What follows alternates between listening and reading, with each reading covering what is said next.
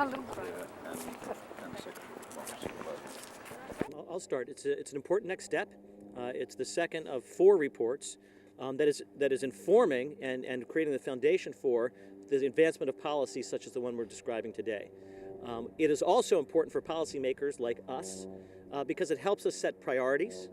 It helps us understand new areas of research, especially the regional impacts, both negative and positive, of long-term climate change, and then we can design more sensible strategies and cost-effective strategies for addressing them over time. So this is all part of the ongoing process. The groundswell of science is creating a groundswell of new opportunities for sensible policy, and that's what we've got today. Our team was very active, very engaged, and we think that the findings were important and ones that we certainly take into account in our policy processes. So I could just say from Australia's point of view, Australia's scientists are very actively involved in all of the work leading up to the publication of this report.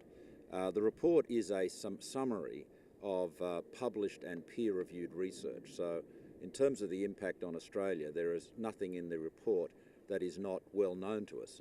We are very concerned about the possible or probable impacts of climate change on Kakadu and the Great Barrier Reef. Speaking particularly about the Great Barrier Reef, the UN found only a month or so ago that the Barrier Reef was the world benchmark in terms of the management of coral systems.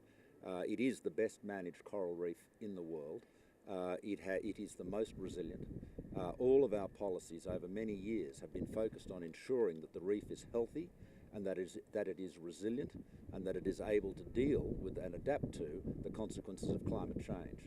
But again, this science is well known to us, and it has informed all of our work on the Great Barrier Reef. Character forming, I think, is the right expression. The second largest contributor to greenhouse gas emissions is deforestation. 20% of all the greenhouse gas emissions come from deforestation.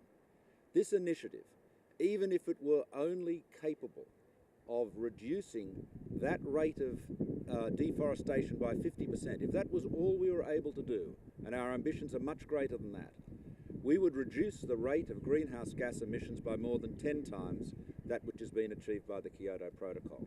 Very good. Well, that's very difficult. Well, we could do. There you go. That's it. Okay. There's the shot.